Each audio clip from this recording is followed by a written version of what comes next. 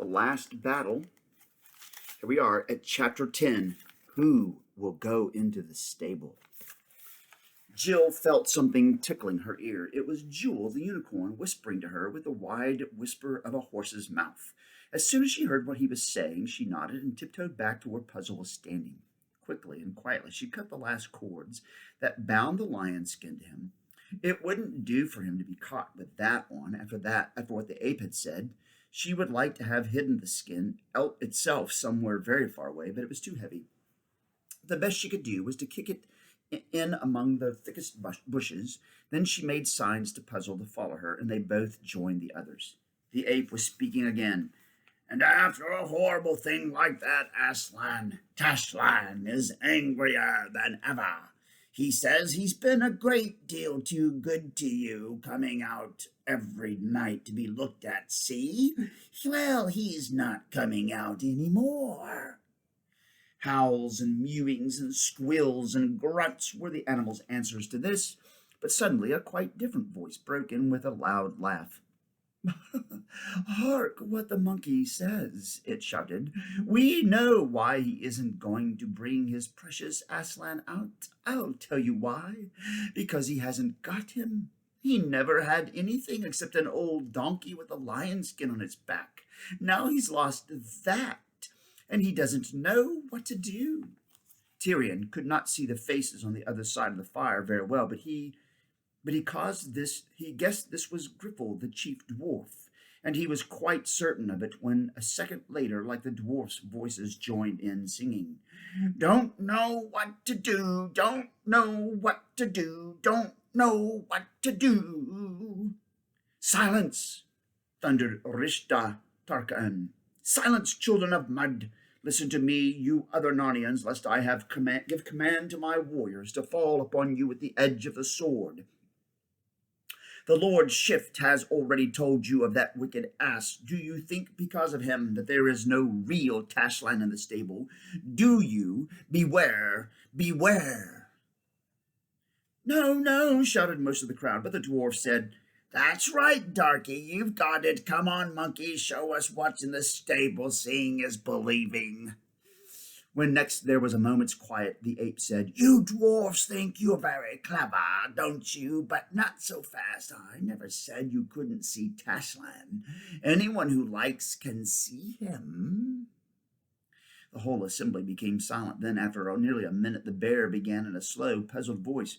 I don't quite understand all this, it grumbled. I thought you said, You thought, repeated the ape, as if anyone could call that what goes on in your head thinking. Listen, you others, anyone can see Tashlan, but he's not coming out. You have to go in and see him. Oh, thank you, said a dozens of voices. That's what we wanted. We can go in and see him face to face, and now he'll be kind, and it will all be as it used to be. And the birds chattered and the dogs barked excitedly. Then suddenly there was a great stirring and a noise of creatures rising to their feet, and in a second the whole lot of them would have been rushing forward and trying to crowd into the stable door all together, but the ape shouted, Get back! Quiet! Not so fast! The beasts stopped, many of them with one paw in the air, many with tails wagging, and all of them with heads on one side. I thought you said, began the bear, but Shift interrupted. Anyone can go in, he said, but one at a time. Who'll go first? He didn't say he was feeling very kind. He's been licking his lips a lot since he swallowed up the wicked king the other night. He's been growling a good deal this morning. I would much like to go into that stable myself tonight, but just as you please. Who'd like to go in first? Don't blame me if he swallows you whole or blasts you into a cinder with the mere terror of his eyes. That's your affair. Now then, who's first? What about one of you dwarfs? Dilly, dilly, come and be killed, sneered Griffle. How do we know that you've got what you've got in there? Ho, ho, cried the ape, so you're beginning to think there's something there, eh? Well, all you beasts were making noise enough a minute ago. Who struck you all dumb? Who's going in first?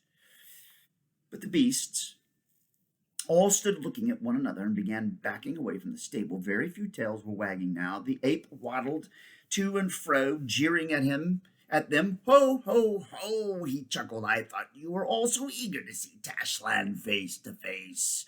Changed your mind, eh?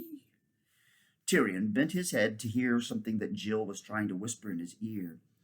What do you think is really inside the stable? She said. Who knows, said Tyrion. 2 Calamans with drawn swords, as likely as not, one on each side of the door. You don't think, said Jill, it might be, that horrid thing we saw? Tash himself, whispered Tyrion. There's no knowing. But courage, child, we are all between the paws of the true Aslan. Then a most surprising thing happened. Ginger the cat said in a cool, clear voice, not at all as if he was excited, I'll go in if you like. Meow. Every creature turned and fixed its eyes on the cat. Mark their subtlety, sire, said Poggin to the king. This cursed cat is in the plot and in the very center of it. Whatever is in the stable will not hurt him, I'll be bound. Then Ginger will come out again and say that he has seen some wonder. But Tyrion had no time to answer him. The ape was calling the cat to come forward. Ho, ho, said the ape, so you, a pert puss, would look upon him face to face. Come on, then I'll open the door for you. Don't blame me if he scares the whiskers off your face. That's your affair. And the cat got up and came out of its place in the crowd, walking primly and daintily with its tail in the air, not one hair on its sleek coat out of place. It came on till it had passed the fire, and was so close to Tyrion from where he stood, with his shoulder against the end wall of the stable, could look right into its face. Its big green eyes never blinked. Cool as a cucumber, muttered Eustace. It knows it has nothing to fear. The ape, chuckling and making faces, shuffled across beside the cat, put up his paw, drew the bolt, and opened the door. Tyrion thought he could hear the cat purring as it walked into the dark doorway. Yow, yow, yow! The most horrible caterwaul you ever heard made everyone jump. You have been wakened yourself by cats quarreling or making love on the roof in the middle of the night? You know the sound. This was worse. The ape was knocked head over heels by Ginger, coming back out of the stable at top speed. If you had not known he was a cat, you might have thought he was a ginger-colored streak of lightning. He shot across the open grass, back into the crowd. No one wants to meet a cat in that state. You could see animals getting out of his way left and right. He dashed up a tree, whisked round, and hung head downwards. His tail was bristled, but till it was nearly as thick as his whole body. His eyes were like saucers of green fire. Along his back, every single hair stood on end. I'd give my beard, whispered Poggin, to know whether that brute is only acting or whether it has really found something in there that frightened it. Peace, friend, said Tyrion, for the captain and the ape were also whispering, and he wanted to hear what they said.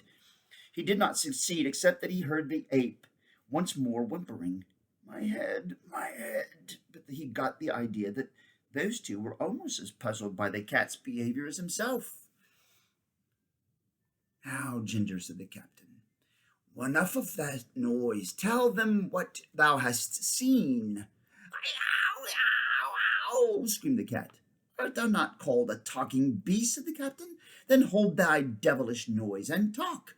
What followed was rather horrible. Tyrion felt quite certain, and so did the others, that the cat was trying to say something, but nothing came out of its mouth except the ordinary, ugly cat noises you might hear from any angry or frightened old Tom in a backyard in England, and the longer he caterwauled, the less like a talking beast he looked. Uneasy whimperings and little sharp squeals broke out from among all the other animals. Look, look, said the voice of the boar. It can't talk. It's forgotten how to talk. It has gone back to being a dumb beast. Look at its face. Everyone saw that it was true, and then the greatest terror of all fell upon those Narnians, for every one of them had been taught, when it was only a chick or a puppy or a cub, how Aslan at the beginning of the world had turned the beasts of Narnia into talking beasts, and warned them that if they weren't good, they might one day be turned back again and be like the poor witless animals one meets in other countries. And now it is coming upon us, they moaned. Mercy! Mercy! Wailed the beasts. Spare us, lordship. Stand between us and Aslan. You must always go in and speak to him for us. We daren't. We daren't. Ginger disappeared further up into the tree. No one ever saw him again. Tyrion stood with his head on his sword hilt, with his hand on his sword hilt and his head bowed. He was dazed with the horrors of that night. Sometimes he thought it would be best to draw his sword at once and rush upon the Calormens. Then next moment he thought it would be better to wait and see what new turn of affairs might take, and now a new turn came. My father, came a clear, ringing voice from the left of the crowd. Tyrion knew at once that it was one of the Calormens speaking, for in the Tizrak's army the common soldiers called the officers my master, but the officers called their senior officers my father. Jill and Eustace didn't know this, but after looking this way and that, they saw the speaker, for of course people at the sides of the crowd were easier to see than people in the middle, where the glare of the fire made all beyond it look rather black. He was young and tall and slender, and even rather beautiful in the dark, haughty Calormen way. My father, said the Calormen, I also desire to go in. Peace, Emmett, said the captain. Who called thee to council? Does it become a boy to speak? My father, said Emmett. Truly I am younger than thou, yet I also am of the blood of the Tarkaans, even as thou art, and I also am the servant of Tash. Therefore, silence, said Rishta Tarkaan. Am I not thy captain? Thou hast nothing to do with this stable. It is for the Narnians. Nay, my father, answered Emmett. Thou hast said that their Aslan and our Tash are all one. And if that is the truth, then Tash himself is in yonder. And how then sayest thou that I have nothing to do with him? For gladly would I die 1,000 deaths, if I might look once on the face of Tash. Thou art a fool, and understandest nothing, said Rishta Tarkaan. These be high matters. Emmett's face grew sterner. Is it then not true that Tash and Aslan are all one? He asked. Has the ape lied to us? Of course they're all one, said the ape. Swear it, ape, said Emmett. Oh dear, whimpered Shift. I wish you'd all stop bothering me. My head aches. Yes, I swear it. Then, my father, said Emmett, I am utterly determined to go in. Fool, began Rishta Tarkaan. But at once the dwarfs began shouting, Come along, darky, why don't you let him in? Why do you let Narnians in and keep your own people out? What have you got in there that you don't want your own men to meet? Tyrion and his friends could only see the back of Rishta Tarkaan, so they never knew what his face looked like as he shrugged his shoulders and said, Bear witness all that I am guiltless of this young fool's blood. Get thee in, rash boy, and make haste. Then, just as Ginger had done, Emmett came walking forward into the open strip of grass beyond the bonfire in the stable. His eyes were shining, his face very solemn, his hand was on his sword hilt, and he carried his head high. Jill felt like crying when she looked at his face, and Jewel whispered in the king's ear, By the lion's mane, I almost love this young warrior. Calormen though he be, he is worthy of a better god than Tash. I do wish we knew what was really inside there, said Eustace. Emmett opened the door and went into the black mouth of the stable. He closed the door behind him. Only a few moments passed, but it seemed long before the door opened again.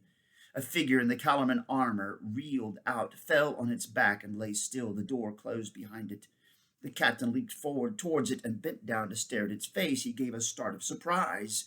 Then he recovered himself and turned to the crowd, crying out, The rash boy has had his will. He has looked on Tash and is dead. Take warning, all of you. We will, said the poor beasts. But Tyrion and his friends stared first at the dead Calormen and then at one another, for they, being so close, could see what the crowd, being further off and beyond the fire, could not see. This dead man was not Emmett. He was quite different, an older man, thicker and not so tall, with a big beard. Ho, ho, ho, chuckled the ape. Any more? Anyone else want to go in? Well, as you're all shy, I'll choose the next. You boar. On you come, drive him up, Calormens. He shall see Tashlan face to face. Grunted the boar, rising heavily to his feet. Come on, then, try my tusks. When Tyrion saw that the brave beast getting ready to fight for his life and the Calaman soldiers beginning to close in on it with their own scimitars and no one going to its help, something seemed to burst inside him. He no longer cared if this was the best moment to interfere or not. "Swords out," he whispered to the others. "Arrow on string, follow!" Next moment, the astonished Narnians saw 7 figures leap forth in front of the stable, 4 of them in shining mail. The king's sword flashed in the firelight as he waved it above his head and cried in a great voice, "Here stand I, Tyrion of Narnia, in Aslan's name, to prove with my body that Tash is a foul fiend, the ape a manifold traitor, and these Calamans worthy of death. To my side, all true Narnians. Would you wait till your new masters have killed you all one by one?" That's the end of that chapter. Another cliffhanger. More later.